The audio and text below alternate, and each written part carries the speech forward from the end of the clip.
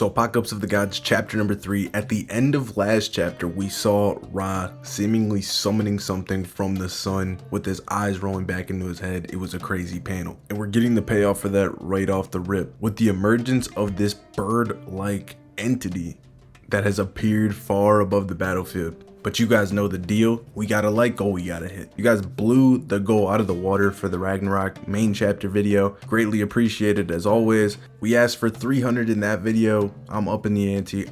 400 likes is the goal for this video. I know you guys will smash that, especially because this is a fire chapter. Let's get into it. So as I said, the emergence of this bird-like being among the battlefield, and we see Ra with this amazing stance, hands out, calling for any smoke from anybody. The bird swoops down insanely fast and seems to crash into Ra. We then cut to Bastet, who's completely infatuated with what she's seeing, and she says, "Oh, it is such a luxury getting to witness Lord Ra use his divine weapon in just the first round."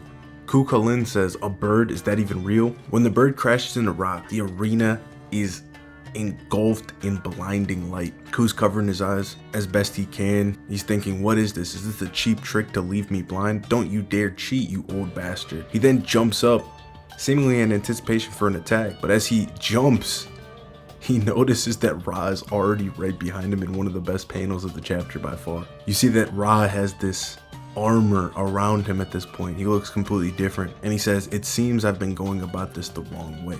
The other gods, Zeus included, they look surprised. Ra says, "In this apocalypse, what I must perform is absolute violence." And he blasts Ku with this rocket punch where we get a shot of him in his new form. He's got armor all around him. Face looks demonic. Ku spits out a ton of blood, and Ra looks like the sunlight is coursing through his veins. The impact of this slams into the side of the arena where Ku's body leaves a crater in the wall. He emerges out of it as Yar the ring announcer says, "This is a surprise turn of events. What is this? What is this form of Ra?" Bastet and the other Egyptian goddesses are still completely enthralled in Ra's divinity. Bastet says that form is the fusion of the divine weapon Horus and the sun god Lord Ra. So he is taking the form of Ra and Horus. That's why he is called Ra-Horakhty. This is the Horakhty form, the god of the sun and light itself. Some of the other gods in the crowd are literally saying that they can't even see the attacks. Zeus says, and Wukong gives praise. He says an amazing speed and amazing strength as Ku struggles to his feet after falling out of the crater. But Ku isn't discouraged. He says clearly that ain't just regular armor, but this is my chance, and a devious smile crosses his face. I don't know if it's because of that armor, but he stopped using those annoying heat attacks. So remember the heat attacks obviously that Ares faced and what Ku was plagued with early in the fight, where if you just get close to Ra, you're sweating profusely, there's a ton of heat, it weighs you down, makes you weaker. That has stopped. Ku says if it's like that from now on, this will be a battle of raw power and speed, and I can win that battle. We see Suzaku's crew watching the fight again as they're dragging all these people, and they're shocked that Ku even wants to continue, calling him a blockhead. Ku jumps toward Ra and Ra just stands there. He says, "A fight? Do you really still not get it?" And slams Ku with this crazy ass energy blast from his chest. Reminds me of like Soldier Boy fucking from The Boys, like shooting that shit out of his chest, but Ra just like blasted his shit. He says, "I'm no longer the same god that entered this arena." Yara says, "That thing just now, was it the prominence field?" The prominence field, of course, is Ra's heat-based ability that Ku just mentioned that he stopped using. Amazing panels of Ku being ravaged by the attack. Bastet says the divine weapon Horus is not just an armor. He uses the prominence field alongside the armor, like a heat wave released at 30 degrees from all directions from Lord Ra's body. He concentrates all that enormous energy into one point, he directs it, and shoots it all in fell swoop. So my understanding is that the armor works as a conduit to absorb all the heat. It pulls in all that heat, and it allows him to channel it back out in specific points. So it just gives him more control, lets him compress blasts into singular points, which could have more potency. It's pretty crazy, pretty cracked ability. But Ra's not done. After blasting Ku, he follows up the attack immediately with a huge knee to Ku's midsection. Ku's wide-eyed, he's spitting up blood. Then an amazing panel looking like he's straight up a monster. Ra is ending up behind Ku now, slams him with another punch into the ground. The divine weapon Horus is, in other words, an amplifier to Lord Ra's divine power, to be used in terms of attack and defense. He is truly unstoppable. So on top of everything I just mentioned, it seems like it also makes him faster and stronger as well. We get some exposition. This is a tool that Ra used in the past when he was enraged by the arrogance of human beings. He decided to carry out the annihilation of humanity all on his own. We found out about this even in chapter 1, that Ra was actually attempting to wipe out humanity all by himself at a point, but we never found out why or what the deal is. Although it's not explicitly told to us the intricate details, from what I'm looking at in this panel, my interpretation of this is that he didn't like that the pharaohs were being worshipped as gods. Thought that they were extremely arrogant to call themselves gods, is what I'm gonna assume, because he decimated Egypt, turned it into a desert, etc., etc. Although he eventually stopped, not even with the powers of many of the gods of the heavens were they able to water down the wrath of Ra, which had turned most of Egypt's territory into a desert. So this is very interesting. Basically says that a ton of gods stepped to him and a ton of gods got put down. So he's beaten a ton of them. We don't know specifically who they were. I doubt that there were anybody of note. Obviously, like, it doesn't seem like Zeus was involved in this, but we don't know why he stopped. It seems that they're making it out that he just decided to stop. Nobody beat him, which is super cool. We cut to Ku's body again in another crater formed in the arena, but he is resilient as all hell. Gets back to his feet once more. Yar says the reason for their denomination was well known, as the outer gods are labeled this because they are unstoppable gods. Ku says, so is this all you've got? Rocks fly from the ground. Ku jumps still with resolve to fight Ra, jumps behind him, goes for an attack, but Ra again just stands there menacingly. Yar says, oh, there goes Ku. What was that, a high-speed distraction attack? But nobody in the crowd is sold.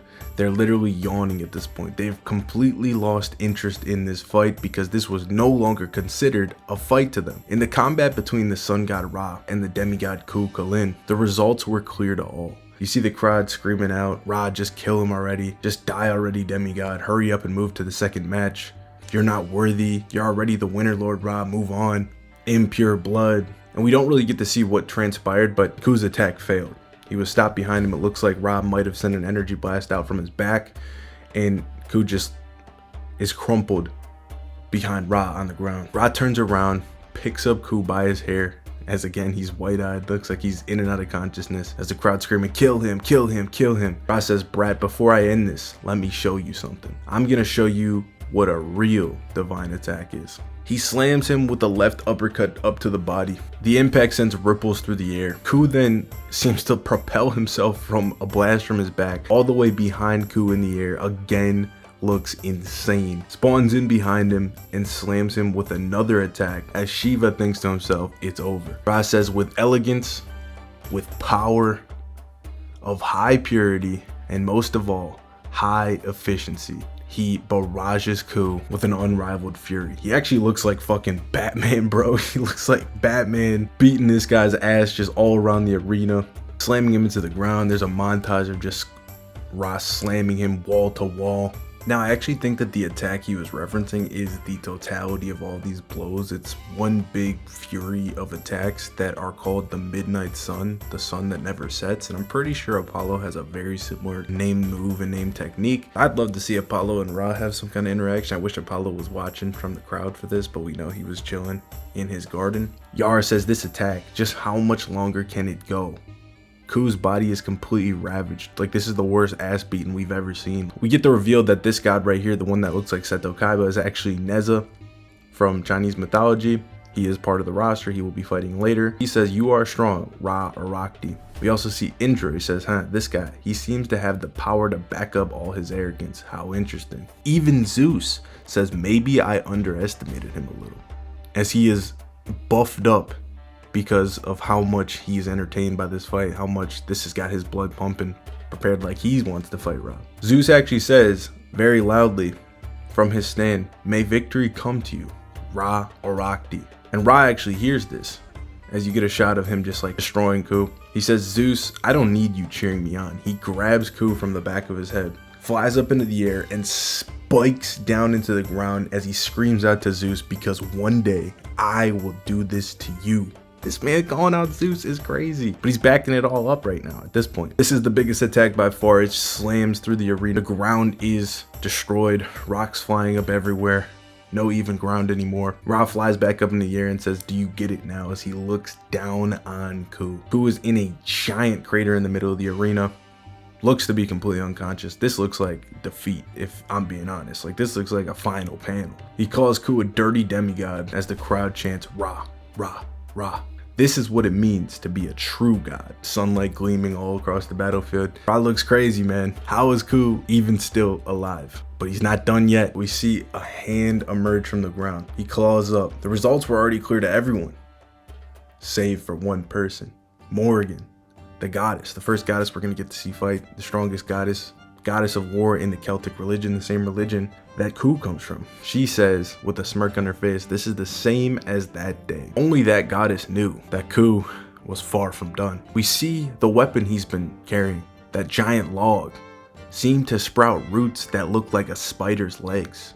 And I'm pretty damn sure that this weapon just like got up and walked over to Ku.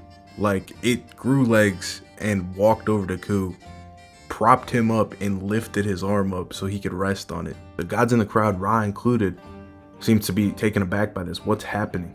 Narration says the demigod known as Ku Kulin had a future beyond all this. In an amazing panel of Ku getting back up with the awakening of his weapon, the power that lies dormant in the demigod awakens. He's coming back. The get back is going to be crazy. If Ku ends up winning, this is going to be wild because I can't wait to see his power.